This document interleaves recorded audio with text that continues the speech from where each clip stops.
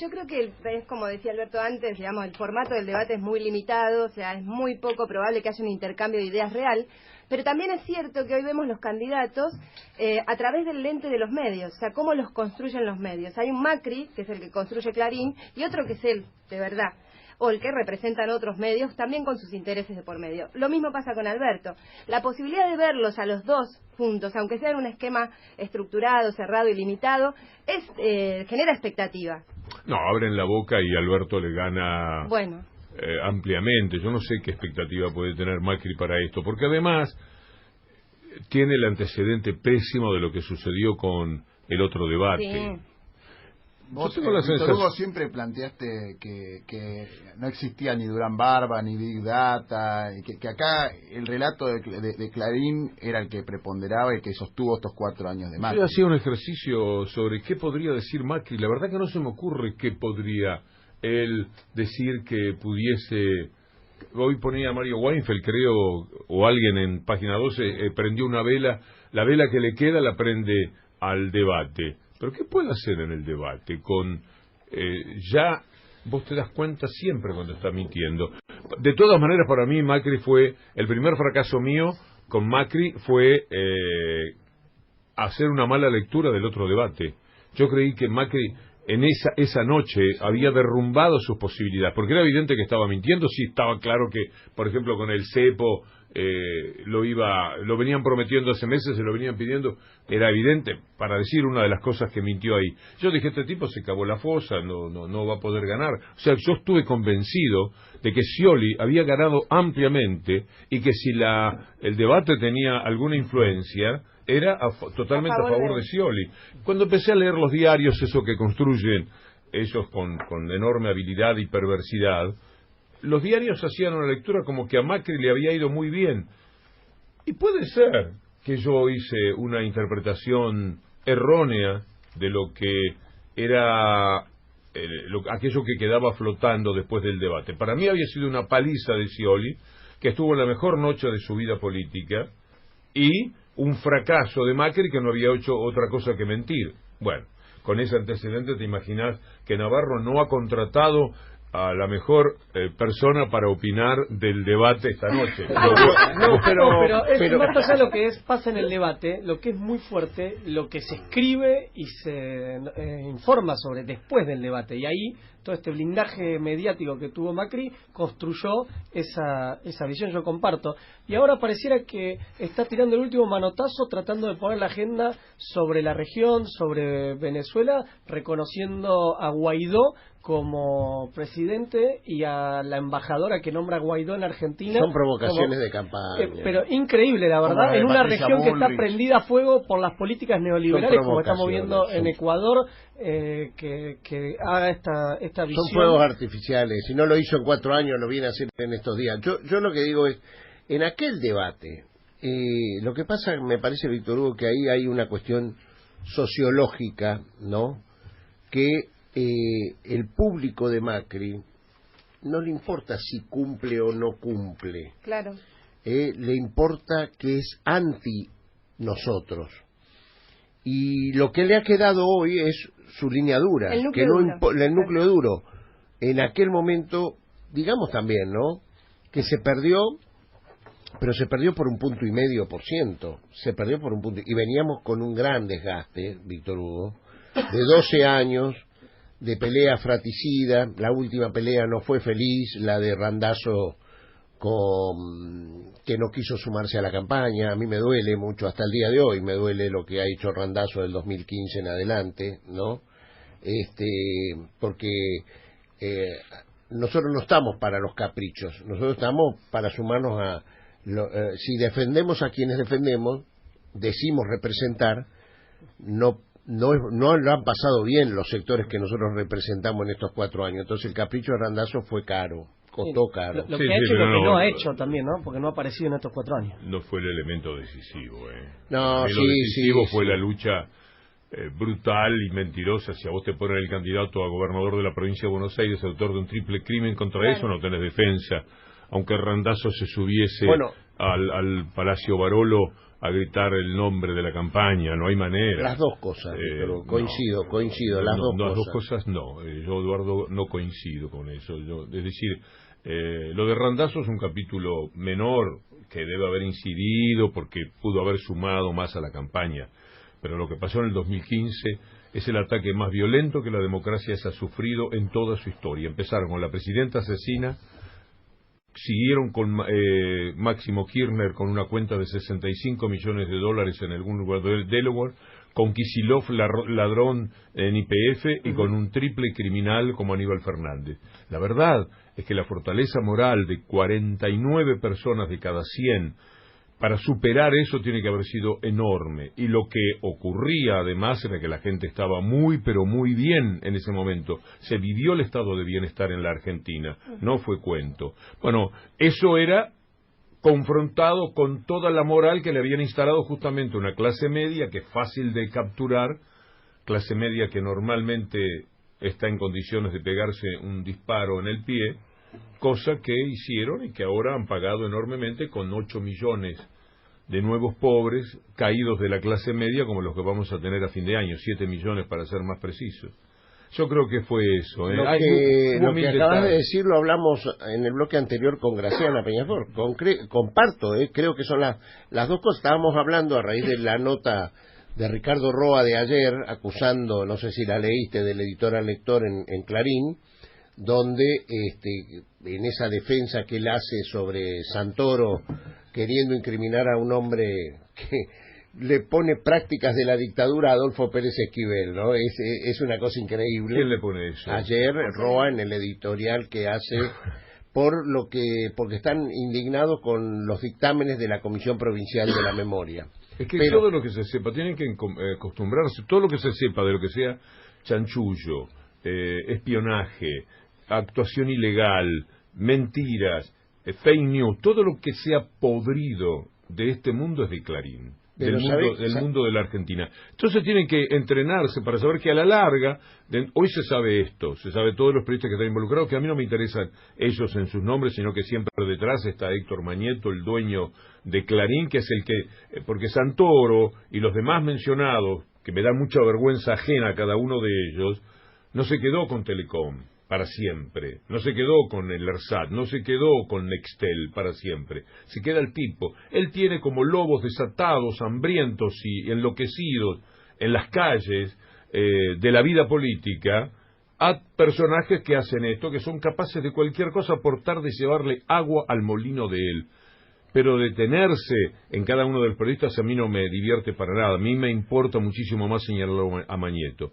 Y tienen que los demás, los que han hecho todo esto, los que han estado en contacto con D'Alessio, con toda esta inmundicia que les hace golpearse el pecho como personas que son capaces de investigar, no existe la investigación. El periodismo de investigación no existe. Cuando un tipo escribe un libro de espías, y el libro es bueno, se lo dijeron los otros espías, los que están en contra de los espías a los que querés condenar. Cuando Clarín se peleó con Estiuso en 2005 apareció un gran libro sobre espionaje de uno de los periodistas de Clarín. Por supuesto, hecho con los otros periodistas. Así hemos vivido durante todo este tiempo. Las cosas con la historia más o menos se va conociendo y tendrán que convivir con eso. A mí me daría muchísima vergüenza haber sido amigo, haber estado en contacto con D'Alessio y que él fuese el inspirador de las cosas, el daño que eso ha hecho a determinado tipo de personas en la Argentina, el daño que se le ha hecho a la democracia. Bueno, disculpame, el sistema periodístico lo catapultó a D'Alessio con 39 editoriales en el diario La Nación, columnas de opinión en 2 años, y con 42 en Clarín. Es más, el mismo día que sale a la luz la denuncia en Dolores de Echeves sobre D'Alessio, el mismo día que sale las notas de Horacio Berbisky en El cohete a la luna y de Tuni Coleman en Página, ese mismo día hay un editorial del diario La Nación donde hablan de que Marcelo Sebastián D'Alessio es el máximo investigador sobre el tema de narcotráfico.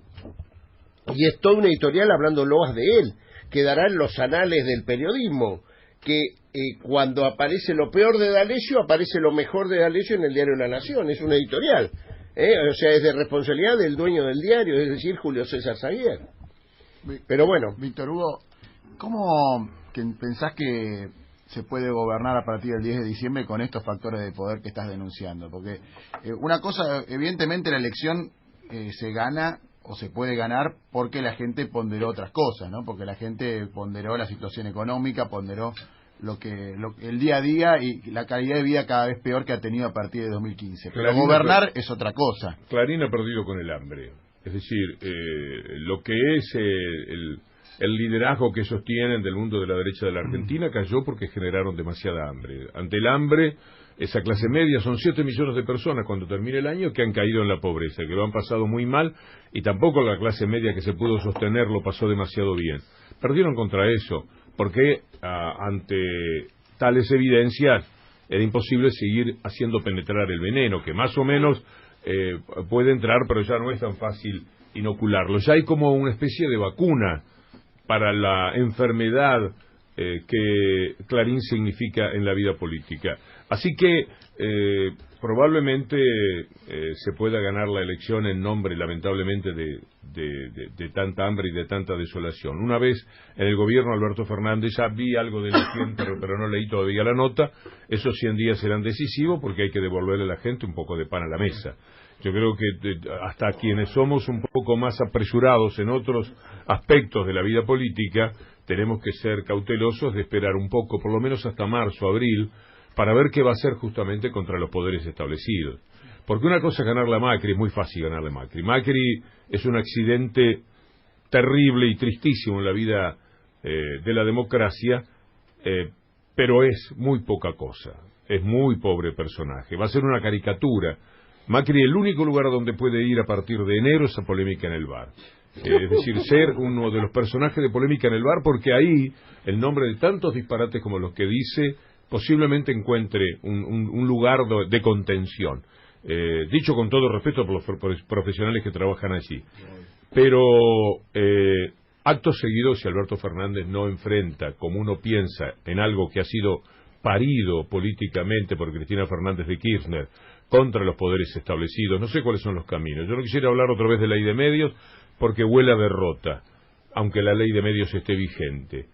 Hay una cuestión de leyes antimonopólicas, hay que dar vuelta esta historia, hay que ir por una cuestión más severa en la exigencia que se plantea o en la forma en que todo esto es denunciado por parte de los poderes. Fue muy débil la defensa que hubo de un gobierno ante el poder privado, ante el poder real.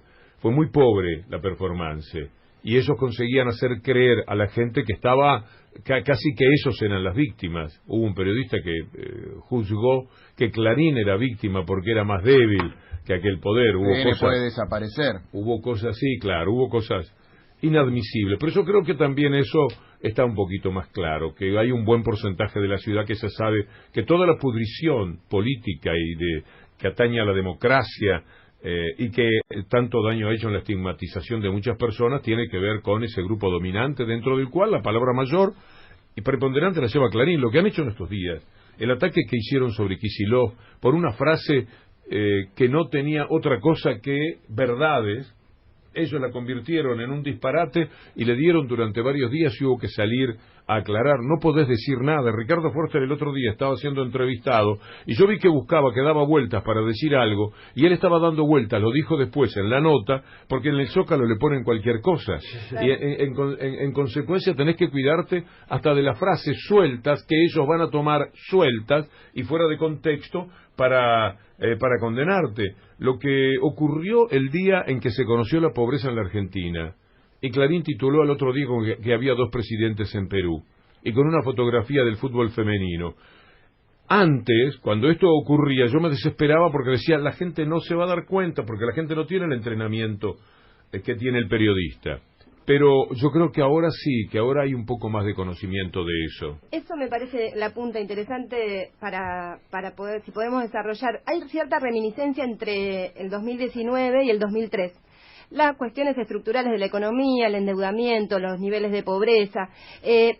pero también hay una cuestión subjetiva en el medio, el aprendizaje de la sociedad de haber transitado estos 16 años, los 12 años de Néstor y Cristina y estos últimos 4 de Mauricio Macri. En términos históricos más largos, es la primera vez que la derecha dura tan poco. Son 4 años en los cuales entra con su expresión más ridícula, como lo decías vos recién, Víctor Hugo, desde el punto de vista de las políticas, desde el punto de vista del componente del personaje, etcétera. ¿Qué pensás, no tanto en términos económicos, sino en términos de la sociedad, subjetivamente? ¿Qué aprendizaje hubo con respecto a los poderes establecidos que no se cuestionaban en el 2003? Los medios de comunicación, la justicia, los argentinos, ¿cómo miramos eso? Yo creo que la clase media siempre es un peligro en sí misma. Y sin embargo, el único triunfo político y económico de un gobierno es construir clase media, que fue la enorme victoria del gobierno anterior. Duplicó y mucho más todavía la clase media en la República Argentina. No dicho por el gobierno ni por ministerios, sino dicho por el Banco Mundial, por la FAO, por la CEPAL. Todo el mundo acordó que la Argentina vivió una etapa formidable. Cuando González Fraga dice se creían que podían vivir de tal manera, era porque habían vivido de tal manera. Y vivir de tal manera hace a lo que yo me permito llamar el estado de bienestar. Para mí eso fue lo que ocurrió hasta el 2015.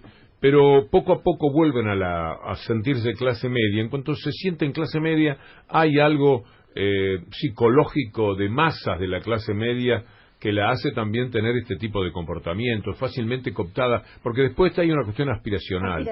Separarse del pobre lo más posible, porque uno está en otra situación, y admirar o aspirar a esa otra clase más alta, que lo único que va a hacer toda la vida es despreciarla o usarla, pero que nunca la va a querer ni la va a aceptar, pero no importa porque hay una cuestión de clase de por medio. Así que yo siempre creo que los ciclos, efectivamente, ahora aprendí de lo poquito que creo haber aprendido en mi vida, es que todo es cíclico, no hay más remedio que aceptarlo. Acaba de venir Alberto Fernández, va a ser él un gobierno de 8 años, vendrá un sucedáneo por 4 años más, es posible que se mantengan 12 años más, porque van a reconstruir el país otra vez desde el 0 lugar o menos 10 donde está en estos momentos.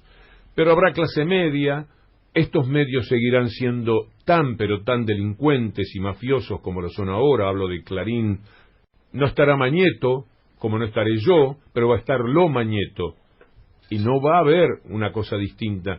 Lo Mitre, aunque ya no estén los Mitre, en La Nación está desde 1870, no es necesario que por eso siempre digo que enojarse con los periodistas, con nosotros, somos hojitas en el viento, no importamos tanto, hay detrás un poder tremendo. Y volverán a hacer la misma campaña que hacen siempre respecto a la corrupción, porque no faltará algún mano larga, o 2 o 3 manos largas que haya, jugarán con todo esto, y la gente olvidará como olvidó. En el 90 nos ocurrieron cosas atroces desde el punto de vista social, se olvidaron. En la dictadura, el tema de los derechos humanos, con toda razón, capturó la mayor atención histórica. Pero también hay que prestar atención a lo que hicieron con la sociedad argentina desde el punto de vista económico.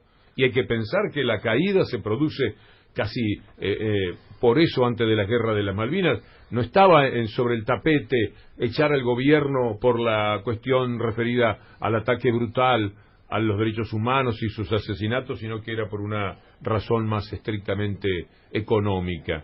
Y lo volvieron a hacer, reaparecen siempre. Entonces vamos a tener 12 años, yo ya voy a estar, si estoy vivo, como decía el otro día por radio, me causaba mucha gracia decirlo, claro, seré un abuelo al que sacan a la vereda y después lo entran.